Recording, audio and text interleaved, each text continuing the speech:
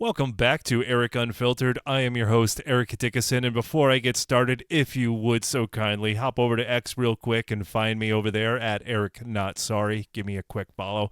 Jump over to Facebook, find me there at Eric Unfiltered Podcast, and of course, follow me wherever you are listening. And give me a thumbs up and a like and all that good stuff. I apologize ahead of time for the slight orangey hue if you happen to see it, if it's in the video, because where I am recording, there are windows because I'm not that fancy. If you want to send me money, I'll build a studio. But all joking aside, because of the smoke in the air from the wildfires that are up in Canada, it is changing the sky to, I don't know, Venus, Martian kind of looking hue here. So I apologize for the color.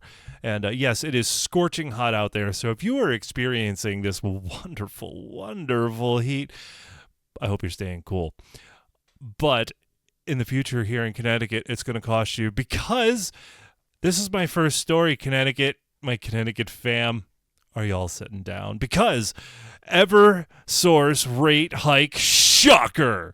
In May of 2026, Eversource Energy initially signaled plans for an 11% average rate increase on distribution charges. I brought you that story. Not that any of you watched it. However, in July of 2026, that's right, we just found out that they have filed for a larger increase. Are you sitting down, my Connecticut fam? Are you? Well, you're not going to want to do that for long because it's going to hurt to sit down, because Eversource Energy has proposed, get this, an increase of 18%. That's right, 18%. So when everybody was complaining, like me, about the 11%, no, they're like, hold my beer. We can do better. We can piss you off even more. That's right. So in May of 2026, a letter was sent to Connecticut's Public Utilities Regulatory Authority, PURA. Useless. Eversource announced its intent to seek $503 million annual rate increase. This would raise average bill costs about 11%. Across customer classes, and around 13% for typical residential customers starting July 1st of 2027. The company cited no full rate increase since 2018. Oh, thank you so much. Along with inflation, grid maintenance, and investments, over $3.3 billion spent in Connecticut since then, with about $600 million still unrecovered. Well, that's from COVID, so that's your problem. Rising operations and maintenance costs, tree trimming, and storm response. I'm going to pause there for a second. That's the cost of doing business, bitch. That's the cost of business. You run the electrical grid. You should be making calculations on money every year that you have to allocate to upgrades, maintenance, and so on. Tree cutting, same thing. It's a part of your responsibility of maintenance. You should. Thank you for that, Mo. That was Mo the Chonk's tale. That is a part of doing business. If you run a garage where you're just changing oil on cars, that's all you do is just change oils. And so you have oil and filters, right? Well, you don't wait until there's a leak somewhere. No, you do inspections and you check, and then you spend money to invest in upgrade shit so you don't have an oil spill, right? Same thing, Eversource. That's the cost of doing business. And yes, I get it. The cost of things do go up. But you don't seem to have a problem giving that big fat $1 million bonus check to the CEO. So spare us. Let's see here. In mid-July 2026, Eversource filed a formal request for now a $727 million annual increase. So that means more. They want more. State Attorney General William Tong, useless, stated that this would raise the average residential customer's monthly electric bill by 18%. Tong called it a tone-deaf insult. You're a tone-deaf insult. Attributing part of the request to years of storm-related costs. Now, yes, I make my quips about Tong because I don't like him. I mean, whatever, dude. These figures apply to distribution rates, the portion Eversource controls for operating the local grid. Supply, electricity generation, and public benefits charges are separate and have recently decreased. Yes, those wonderful public benefit charges that our state shoves on our monthly rate. When are they going to go away? They will if you elect Ryan Fazio, if you believe what he has to say. I'm not going to tell you who to vote for. I just know that he's made it a point to call out the bullshit public benefit charges. All right, PURA, useless organization, must review and approve any final rates, which they, of course, will pass on because that's what they do. Consumer advocates, including the Office of Consumer Counsel and the Attorney General, plan close scrutiny. It's still going to go through, folks. It's still going to go through. This is all chest beating. And that's all this is right now.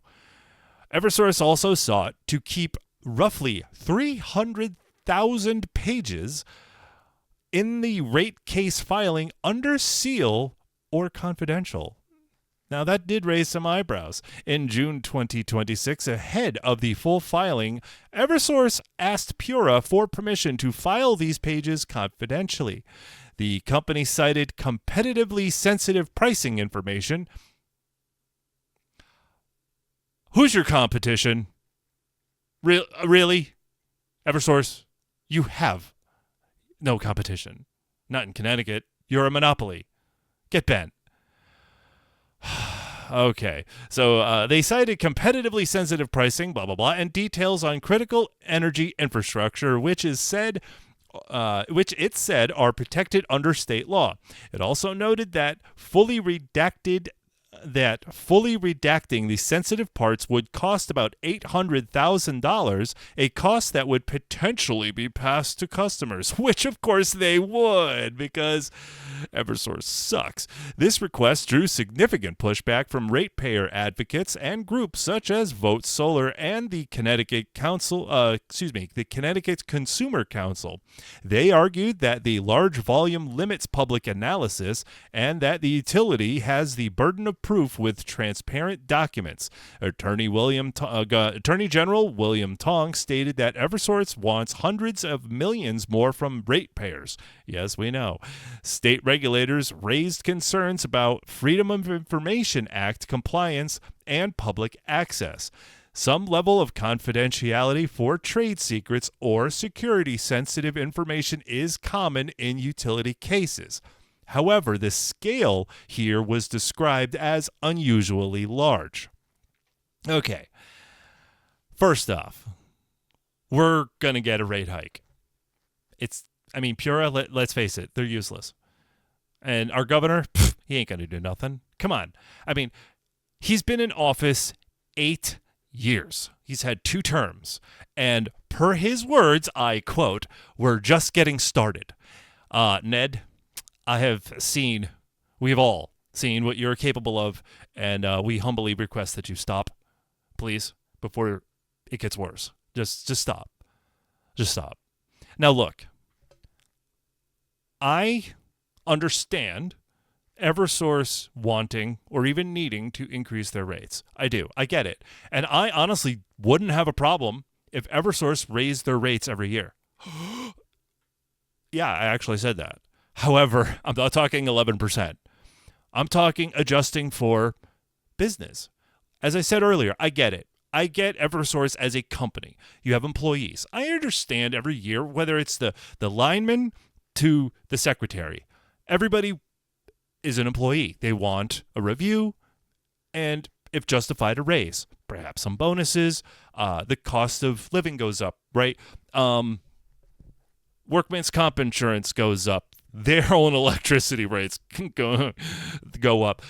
But we all get it, right? The cost of business does go up. So if Eversource were to raise their rates, 0.5% or 1% every year, that really wouldn't come as a shock to me. And I wouldn't be as offended or freaked out. I'd be like, yeah, that makes sense. People want raises. I get it. We all would get it. We would understand it.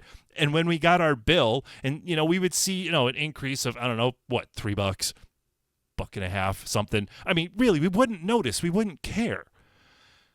But when we all find out that, yes, that stuff still stands true, but when the CEO is getting a giant big fat bonus in the millions, and I'm always told or hear about, the elderly trying to decide whether they should, get groceries or their medication. Now I'm like, oh, now they got to decide between keeping the air conditioning on, otherwise they'll die. That's great. I mean, most of us here in the state of Connecticut, as we all can agree, is expensive, and many of us are living paycheck to paycheck. Some of us are living paycheck to 2 or 3 days before the next paycheck. I'm on the same boat with you. Love it. But yes, let's make our rates go up higher. Awesome. And then again, as I've already stated, the CEO walks away with a big fat multi-million-dollar check. Now, I don't have a problem with a CEO making a bonus. I don't have a problem with that. I genuinely don't. But when you push this substantial amount of money onto all of us so you can still walk away with that fat check, I've got heartburn with that. We all should have heartburn with that. But people, this should not come as a surprise. This is Eversource. This is Connecticut. This is Pura. It's the same old same. Nothing is going to change. It's almost as if people didn't freak out enough over the 11%, and so they said, let's go higher. And now we're going to start freaking out, and they're going to be like, all right, we won't go 18. We'll go 15. And that'll probably be what's okay. I'm going to guess 13 to 15% they'll okay. So bend over, Connecticut. Next summer is going to be more expensive than it already is. This state sucks so hard. And our governor, our elected officials that are currently in office, there are too many of them that just don't care about you. You or me or us. Their bills are paid for by you and me and us. They don't care about you. They don't care. Let that be known come November. Again, I'm not going to tell you who to vote for. You know which way I lean if you've watched here long enough. But again, I'm not going to tell you who to vote for. Just know that if you recognize the name, vote for the name you don't recognize. You will probably be better off. Unless they're a commie, don't vote commies. They're terrible. Commies aren't people. But let's do something different this November, because I can't do this. Most of you can't do this. I'm legitimately starting to pack some of my things in my head if I could ever afford to leave this place, because I hate it here. This state is gorgeous. It's a beautiful state outside of the cities. It is a beautiful state. There's some gorgeous country road. It's beautiful. It's just ran like crap. It's ran into the ground by morons. I've said it before. Connecticut, it's a beautiful state. It's ran by retards. We need to clear them out. We need something different. That's all I'm saying. All right, that's the first story. I've only got 2 today, but they're both out of Connecticut here because I heard this one today. I don't know if you did. Did you hear about the attempted sexual assault in Southbury? Yeah, Southbury. If you're not from Connecticut, Southbury is like a cow town, bro. It's a beautiful town. I love Southbury.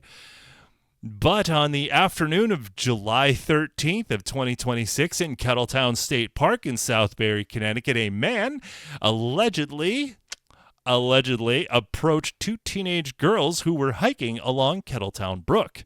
According to police and court records, 23-year-old Darius Moreno allegedly came up behind one girl, placed her in a chokehold, held a knife to her throat, and threatened both girls with that knife.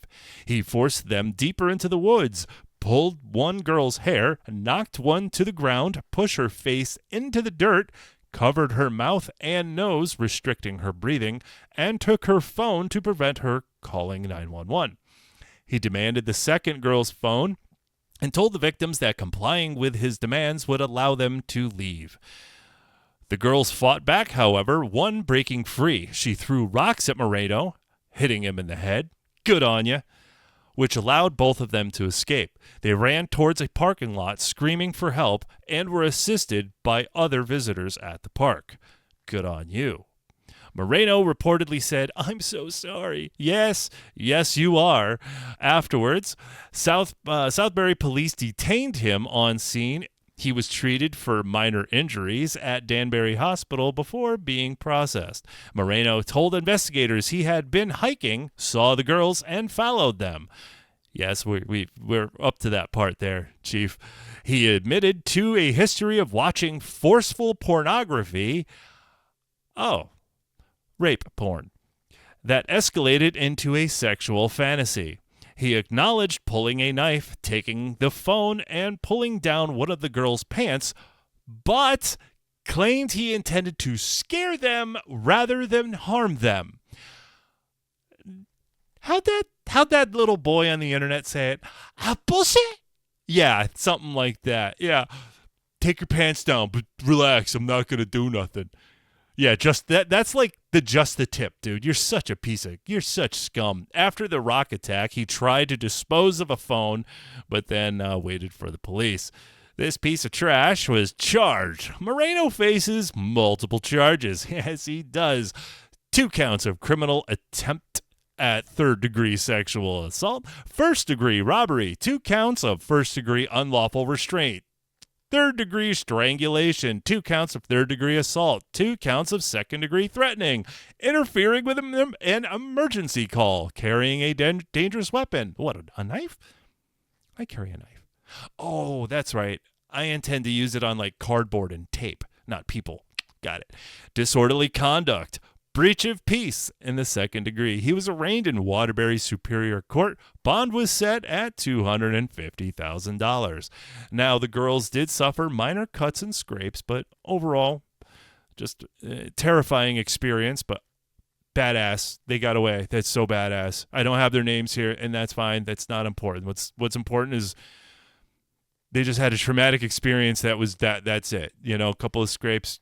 That could have been so much worse. Connecticut Deep's Environmental Conservation Police led the response with Southbury police assistance, and a K-9 unit recovered the missing girl's phone and Moreno's car keys. So, yeah, Darius Moreno, you're a piece of trash, dude, and you're just garbage. We do have a lot of garbage here. Well, thank you for Southbury Police and, of course, Deep's Environmental Police there for locking this piece of trash up. Now we just hope that our astute, studious, always reliable justice system keeps this piece of trash in jail. Hopefully, because this won't be his first time. No, trust me. If this is fantasy now, if he's watching a certain type of pornography, he better be locked up like legit forever, because there will be a next time with this guy. Mark my words. It will happen again. He's obviously nuts. He's nuts. So we need to protect our own. We need to do better. We need to lock people like this up forever, but it won't happen. It's Connecticut.